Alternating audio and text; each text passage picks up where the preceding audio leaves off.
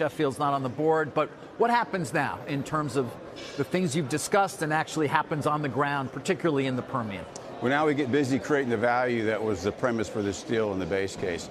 You know, we've spent the last 6 months working with a clean team with Pioneer, thinking about integration plans, how we bring these two organizations together.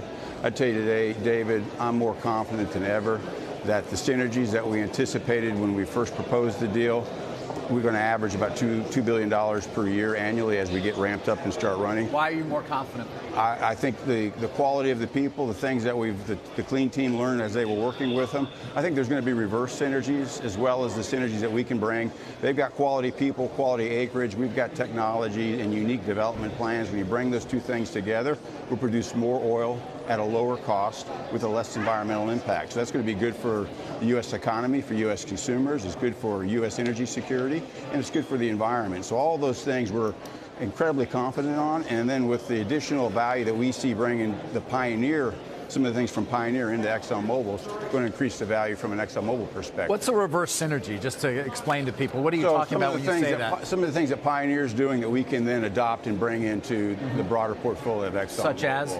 Procurement opportunities, different things as we look at the things that they were doing to run their business. You know, they were very focused in the unconventional space. That brings a level of understanding and expertise that we can basically leverage across the rest of our businesses.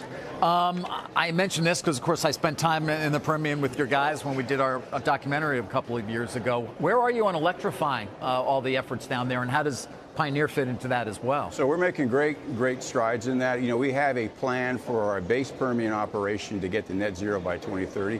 We are on that plan, and a big part of that is electrification. So we've moved through most of our rigs and facilities out there to electrify them. What we committed to when we announced the Pioneer deal is they had a 2050 net zero aspiration.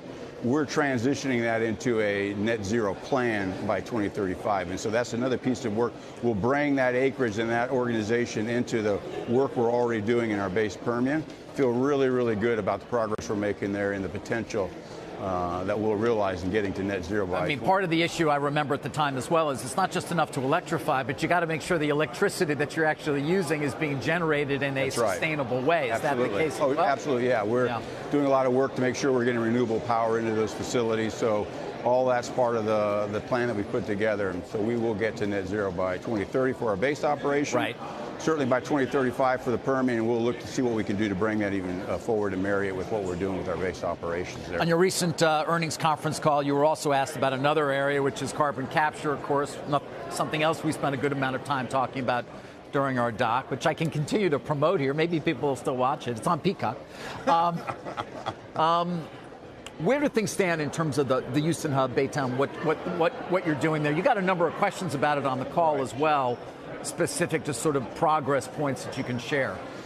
Well, what I'd say in the call, what we wanted to emphasize is that the transition and the drive to eliminate emissions in the economy has an electron solution, but it also has a molecule solution. And we're a company that knows how to manage and transform molecules.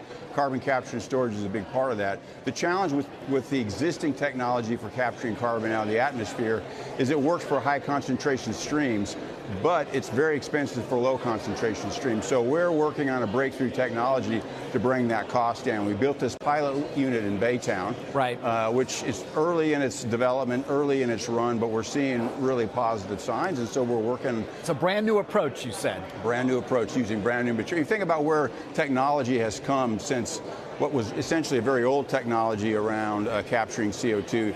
For the purposes that technology was designed for, it works, it's economic. For what we're trying to transition to and to capture very low concentration streams, we need a new technology. Fortunately, there's been a lot of development in technology since that original technology was developed. So we think there's an opportunity to change the posture. But we're a long way, aren't we, Darren, from actually getting to a point, and you indicated this, where we can really, where this can be a profitable business in any real way. Well, I think we're a long ways from getting the costs of capture down. And that, to me, if you're going to achieve the global ambition of net zero, you're going to need a lot of different tools in the toolbox.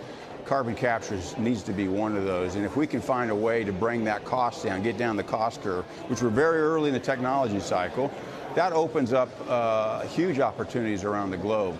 in combination with what we're doing with wind and solar, with hydrogen, with all the solution sets. The world needs a lot of solutions. We're hoping to make this one of them. There's lots of people working on this, though, so I'm not suggesting we'll be the only ones or we will be the ones that actually have this breakthrough.